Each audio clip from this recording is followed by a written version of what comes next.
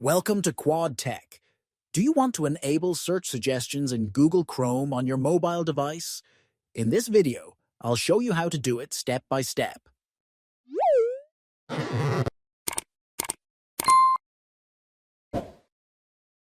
First, open the Google Chrome app on your smartphone. Tap on the three-dot menu in the top right corner if you're using Android, or the bottom right corner if you're on iOS. Then select Settings. Scroll down and tap on Google Services. On some versions, this option might be called Sync and Google Services. Find the option Improve Search Suggestions and turn it on.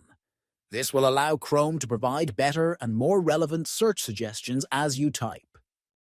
That's it. Now you have search suggestions enabled in Chrome Mobile.